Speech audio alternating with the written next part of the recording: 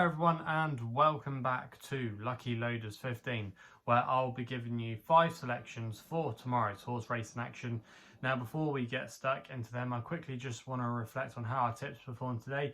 In the end, it was a bit of a mixed bag here on the YouTube channel as we broke even. My Nap Voltaic I thought was a little bit unlucky, finishing in second at Leicester. Ran on well in the closing stages, but just bumped into a Spanish Main who was well treated and actually won the race last year, I believe. So yeah, that was a decent effort there. And then One Smooth Operator didn't get the clearest of passages at Wolverhampton, just seen the race there. And yeah, Jamie Spencer, he was looking for a gap, using his normal tactics of holding a horse up, coming with a late run, and to be honest, that's the way the horse has to be delivered, and was absolutely flying in the closing stages. But yeah, was just denied a gap at a crucial time, and then had to weave around traffic, and then ran on a fast finish in second. Definitely one to note for next time, especially if it's going to be running on the Tapita. And then the other tip that ran for us today was Moltelli at Hamilton. I thought he was going to go and win his race at one point, but I think he just got to the front far too soon, and in the end he just finished a tired horse going up the hill. It's quite a stiff uphill finish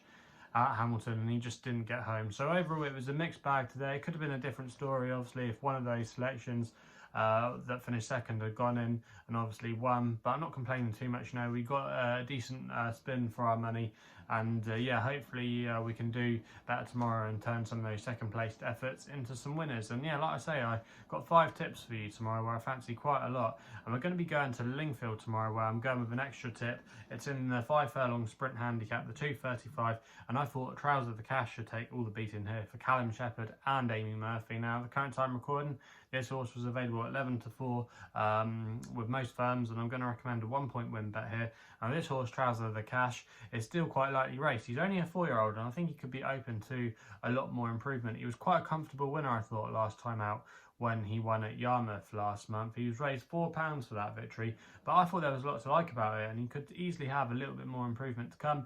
He's also as well effective on the all-weather as he is a turf. He's 2 from 8 on the all-weather, and he showed some good form at this track in the past. Also, what's a massive key to him tomorrow is the fact he's got a good draw to work from. He's not going to be drawn out wide. You don't normally want a wide draw in the sprint trips, especially at tracks at Lingfield where they're really on the sharp side. So yeah, he's drawn in stall 2 tomorrow, and if Callum Shepherd can get a good start tomorrow, just tracking, sitting off the pace, I think he'll have a very good chance of going very close, and arguably I think he could be a little bit shorter come post time tomorrow. So Trouser the Cash is going to be my first selection of the day.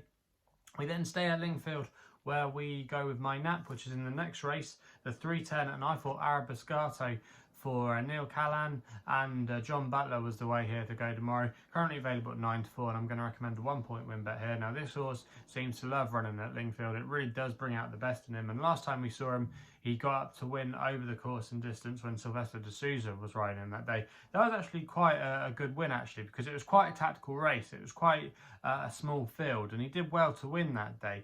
Now Arabescato, if I can ever pronounce his name right, is a horse that likes to normally be held off the pace, and there's going to be quite a lot of pace on in here tomorrow. I identified about 3 or 4 pace angles, and that's going to suit him down to the ground. He'll want a good strong pace to aim at. He often comes with a wet sail, a late run, and he likes to be played as late as possible. And I think, yeah, I think the race could set up really nicely for him tomorrow. I think he could still have a few pounds off his mark still to play with, off his rating of 75. He's still a 4-year-old as well, so he could be open potentially to a little bit more improvement over this trip, and I think he's going to go very close in this race tomorrow, and he should be the one to beat. So yeah, Arabescato is going to be my nap of the day in the 310 at Lingfield. We then go for a bit of jumps action where I go with an extra tip which runs in the 355 at Warwick. I'm going to go here with Vivas for Johnny Burke and Charlie Longston. Now this horse is currently available at the time recording at 7 to 2, and I'm going to recommend a 1-point win bet there. Now that price was available with Bet365, and Vivas really, I think he's got a really good chance in this race, and this could be the time to catch him because he's got a fantastic record fresh. Now I remember I put him up in this race last year when he bumped into the Wolf of John Joe Nils, who at the time was a really progressive stayer, but yeah, it was still a good effort by Vivas. Vivas that day to finish in second place. He was off a £3 higher mark as well, off a mark of 130 that day, and he's well in on his old form tomorrow off a mark of 127. But yeah, going back through the years, he's got a very good record fresh. He's won on his first start back in 2019, after a break 2018, 2017, and then when he hasn't finished first, he's finished second and still run a really good race. So yeah, catching him right tomorrow could be the time to do so. And Charlie Longston's form or stable have been in really good form, I should say, of late. They've had 2 winners from their last 4 runners, operating at a 40% strike rate. And this is the time of year that they tend to do well. For some reason, they always do well, normally in September and October, over the last few years, Charlie Longston's team. And yeah, I think this horse, Vivas, has got a good chance in this race tomorrow. You get to that point as well where you get in the winter and the summer horses kind of clashing. And I think Vivas, yeah, like I say, he's off a good mark and he's had a wind up. And I just think he's going to go very close in this race tomorrow. Some of the other horses have got question marks to overcome. And I think this, like I say, could be the time to catch Vivas. So he can be my selection there in the 3:55 at Warwick. We then stay for the next race at Warwick for the next best of the day in the 4:30 with a horse called Pensman for Kevin Brogan, claiming free. And he's riding for John Joe O'Neill here in the conditional jockey's handicap chase. And Penshill, I thought, made a really pleasing start to his chase career when he won on his chase debut at Uttoxeter last time. He did it with good authority, put in quite a few decent leaps, and yeah, I think there could be more to come from him. He's now gone up in the weights to a mark of 98. He was raised £4 for that victory. But yeah, like I say, I think there could be a lot more to come. That form of Uttoxeter actually reads quite well because the 3rd place horse has already come out and won, and there's a couple of other horses. If you go and have a look in the form book with more depth, yeah, there's a few other horses that have subsequently boosted that form with some decent placed effort. So yeah, I do think Pensman tomorrow's got a lot more to offer. John Joe O'Neill's team, they haven't had too many runners. In fact, actually today they had a winner at Warwick, and it was their first runner for a little while. So yeah, the yard had a good winner today. I think the conditions should be absolutely fine. I think there could still be more to come off his current mark. Yeah, and I think he'll take all the beating in the 4:30 there at Warwick. So yeah, he's going to be my next race of the day. We then go with an extra tip, which runs in the final race at Beverley, the 5:15, and I'm going to go with Carey Street here for Joanna Mason, claiming free. She's riding for Linda Stubbs. Now, this horse at the current time recording was available with Bet365 at 6-1. I'm going to recommend a 0.5 each way selection here, no extra places.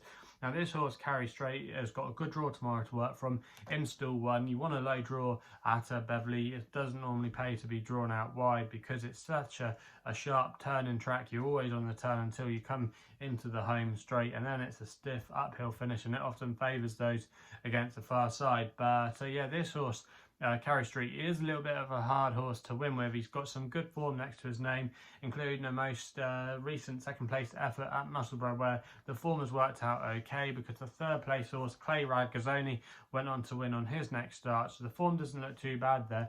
And also as well, he's going to be dropping back into Class X company tomorrow, which should really suit him. The ground should be fine, and Joanna Mason is a really positive jockey book, and I was actually looking at her stats earlier because I've really noted that she's done really well this season and has definitely been worth a £3 claim. But Joanna Mason has ridden most of her winners this season at Beverley. She's got a 31% strike rate, and if you backed her blind to a £1 stake, you would be up, I think it's like £31 for the year. So it's a track she knows well. She's got a good draw to work from. She knows the horse as well. She's ridden him before. And yeah, I just think there's a lot of ticks in the boxes next to Carey Street tomorrow. I can see why Grant Chew's horse is the favourite, but I do think Carey Street could have a lot in his favour tomorrow, and yeah, we'll go very close in the finale at Beverley. So they're the 5 tips for tomorrow's racing. If you're still enjoying these videos, remember to hit the subscribe button here to my YouTube channel at LuckyLoads15. Also as well, let me know in the comments box below what you fancy tomorrow. If you want to follow me on Twitter, my handle is at LuckyLoader15, and that's the only place you can follow me on social media. Also as well, if you want to find out a little bit more about myself, my website is at www.chrisloaderracing.co.uk. Please gamble responsibly. Hopefully we can have some winners for you guys tomorrow, and we'll be seeing you soon.